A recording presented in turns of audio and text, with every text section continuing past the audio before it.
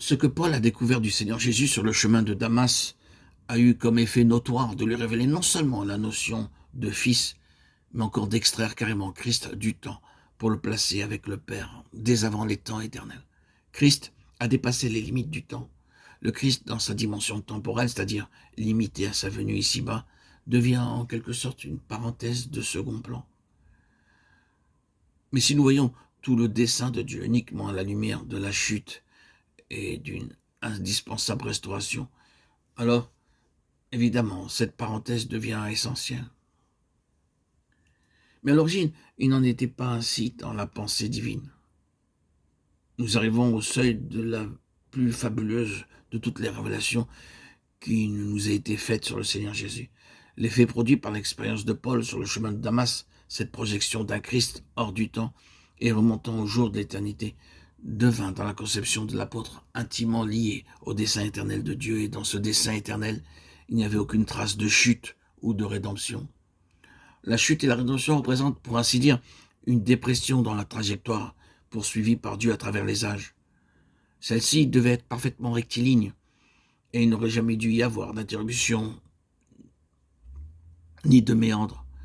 Mais à un moment donné, compte tenu de certaines contingences complètement étrangères au dessein de Dieu, cette trajectoire a chuté, pour remonter ensuite et reprendre son cours normal. Les deux extrémités de ce parcours se situent spirituellement parlant sur un même plan. Si le cœur vous en dit, vous pouvez imaginer un pont qui enjambe cette dépression et le Christ en train de la combler si bien qu'en lui, la jonction est établie. Ce qui était prévu de toute éternité ne connaît donc aucune interruption.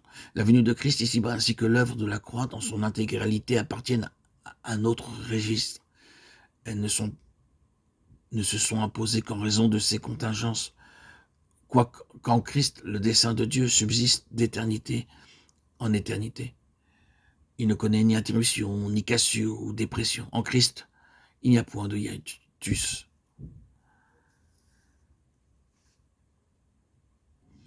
Le contenu des épîtres aux Thessaloniciens est pleinement inspiré par l'Esprit Saint et demande encore à mûrir dans le cœur même de l'apôtre Paul.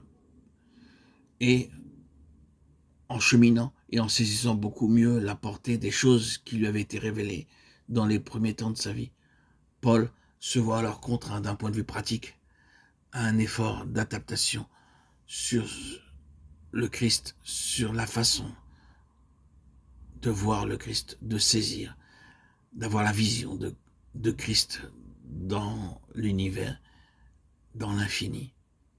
Et la nouveauté de ces révélations, ainsi que les progrès de compréhension accomplis par l'apôtre, ne l'ont jamais incité à adopter une position de rejet par rapport à tout ce qui lui avait été donné précédemment par révélation. Il faut simplement reconnaître que ces divergences n'ont rien de contradictoire, mais qu'elles sont le fruit d'une révélation progressive, en crescendo, d'une perception plus vaste, d'une conception rendue plus nette par une marche ascendante avec le Seigneur. Les progrès accomplis par l'apôtre dans sa compréhension et sa connaissance spirituelle l'ont amené à de nombreuses et diverses mises au point.